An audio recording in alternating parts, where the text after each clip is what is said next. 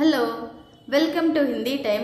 ఈ రోజు మనం ఈ వీడియోలో స్పోకెన్ హిందీకి సంబంధించినవి కొన్ని వాక్యాలు present tense, past tense, future tense అంటే వర్తమాన్ కాల్, భూతకాల్, భవిష్యత్ కాల్లో ఏ విధంగా ఉపయోగిస్తామనేది నేర్చుకుందాం। ఓకేనా, స్టార్ట్ చేద్దామా। రాము ఆడుతున్నాడు। ఇన్ హిందీ రామ్ ఖేల్ రహా హై।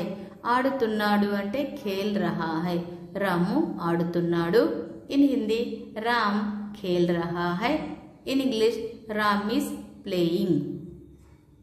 రాము ఆడాడు అంటే ఆడేశాడు, అయిపోయింది, ఇది భూతకాల్। రామ్ ने खेला, రామ్ ఆడాడు।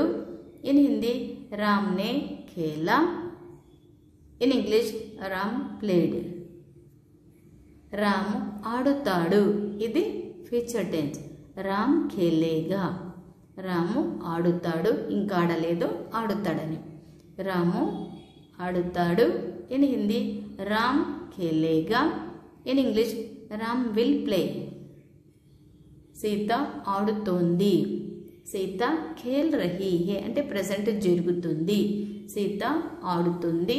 ఇన్ హిందీ సీత ఖేల్ రహీ హై। In English Sita is playing. Sita ఆడింది అంటే ఆడేసింది, అయిపోయింది అక్కడ, సీత ఆడింది।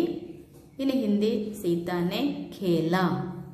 ఇక్కడ ఖేల్ అనేది పుంలింగ్ కాబట్టి రామ్ ఖేలా, సీత ఖేలా అనేది వస్తుంది। సీత స్త్రీలింగ్ కాబట్టి ఖేలి అని రాదు। సీత ఆడింది। ఇన్ హిందీ సీతానే ఖేలా। In English Sita played. Sita ఆడుతాది అంటే ఇంకా ఆడలేదు, ఆడుతుంది ఫ్యూచర్లో, సీత ఆడుతుంది।